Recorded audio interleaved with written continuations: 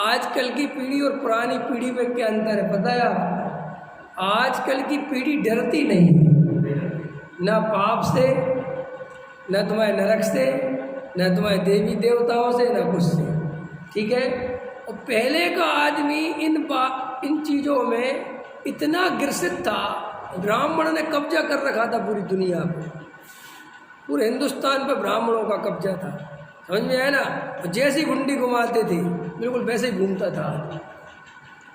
आप सोच सकते हो कि शूद्रों को जिंदगी नरक बना रखी थी। क्या बना रखी थी? नरक से भी बदतर। बोल नहीं सकते थे वो, निकल नहीं सकते थे गली से। ख्याल में आया कि नहीं आया? और हम उसे बहुत अच्छा काल कहते हैं, जिसमें एक मनुष्य दूसरे मनुष्य पे इतना अत्याचार करता था कि क्योंकि वो शूद्र है, बस इतनी सी बात थी। वो तुम्हारी गंदगी सिर पर रख के फेंकता था। और अभी भी बेचारे ये उसमें क्या होता है, सीवर वगैरह में उतरते मर जाते हैं। अभी परसों ही नरसों एक बेचारा सीवर में उतरा, उसका छोटा लड़का, वो बेचारा बाप उतरा, वो अंदर गैस रिस गई। तो गैस रिस गई तो बहुत देर तक वो लड़का देखता रहा, मेरा पापा है, जो भी चाचा, जो भी भाई, वो निकला नहीं। तो उसको डर लगने लगा। तो एक रास्ते से जा रहा था बेचारा, कोई बेच याद में आदमी, तो उसने कहा, अरे भैया हमारे इसके अंदर गए, वो अभी तक निकल के नहीं है। तो वो भी चला गया देखने के लिए, तो वो भी मर गया। ये तो अभी की बातें बता रहा हूँ मैं तुम्हें, लेकिन अभी तुम इतिहास पढ़ोगे तो तुम रोने लगोगे कि जी हमारे पूर्वज थे, इनको तुम ज्ञानी बयानी कहते हो। तो एक शूद्र जाति पे अत्याचार की लिमिट क्रॉस थी भाई साहब। शर्म आती है। समझ में आया? कीड़े मकोड़े से भी गई गुजरी जिंदगी थी। ऐसा था, मैं क्या बताऊँ, मैं इतिहास सुनना हो तो सुनना कभी। निकले भाई साहब, बड़ी जाति के लोग निकले। और शूद्र किसकी लड़की है साहब? शूद्र उठा लो उसको, बिल्कुल कोई कुछ बोल नहीं सकता, घर से उठवा लो। समझ में आया ना?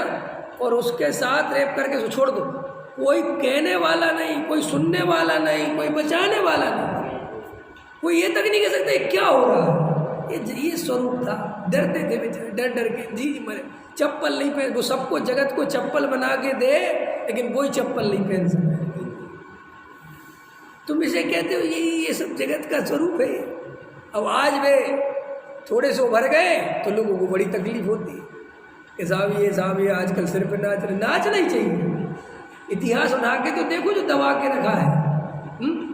तुम्हें अभी लगता है गांधी जी वगैरह ने, सबने जब ये हालत देखी, पढ़ लिख के आए थे ना ये लोग विदेशों से, अरे उनने कहा बाप रे बाप, क्या है सब अपने देश में।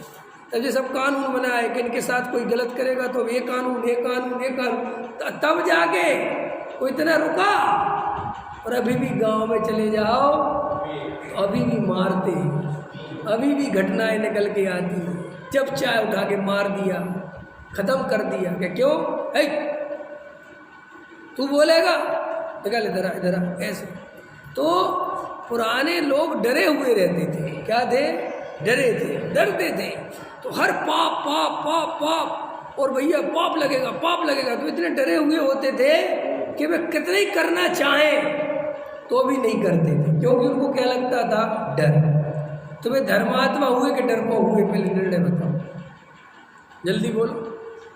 वे डरपोक थे कि धार्मिक थे? बोलो, मैं आपसे ही पूछता हूँ। डरपोक आदमी को हमेशा धार्मिक समझ लिया जाता है। नहीं समझ में आया? और धार्मिक आदमी को धार्मिक समझना बहुत कठिन है। बोलो। अच्छा, मैं आपसे ही पूछता हूँ उदाहरण के लिए, आप लोगों में से मुझे कितने लोग धार्मिक समझने को तैयार? मैं तुमसे ही प्रश्न पूछता हूँ, और मैं तुमसे नहीं पूछता। जाओ इंडिया में जितने सबके सामने ये आदमी है और ऐसा है, इस टाइप का, बोलो धार्मिक हो सकता है, वो कहेंगे इसका ज्ञान तो बहुत है लेकिन धार्मिक नहीं हो सकता। ये तो बहुत खतरनाक है, क्योंकि हमारी धार्मिक होने की परीक्षा कंधे झुके हुए हो, ठीक है ना, और अत्यंत विनयवान हो। विनय माने जिसके कंधे ही झुक जाए विनय करते करते, ठीक है नहीं, जो तर्क युक्तियों से कोसों दूर रहता हो, जो लौंग की जगह बादाम चढ़ा दे तो कब जाए।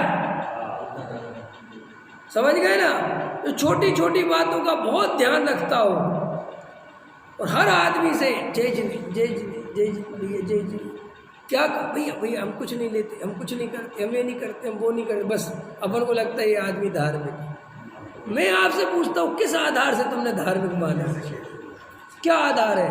हो सकता है बहुत डरा हुआ आदमी हो और डर के कारण इस तरीके का बन गया हो, इसे बहुत डर लगता हो और अंदर वासना छुपी हो भयंकर। और मैंने देखा है, उनकी वासनाएं भी देखी है, उनकी हालत भी देखी है। यहाँ धार्मिक मुखौटा ओढ़ लेंगे समझो और अंदर वासनाएं दबी पड़ी हुई हैं। और सुनो और बता देता हूँ तुम्हें, अधार्मिक आदमी का एक लक्षण और बता देता हूँ। अधार्मिक आदमी का एक लक्षण और सुनो सुनो अधार्मिक आदमी का एक लक्षण ये भी है, जिसके साथ रहने वाले परेशान हो जाए।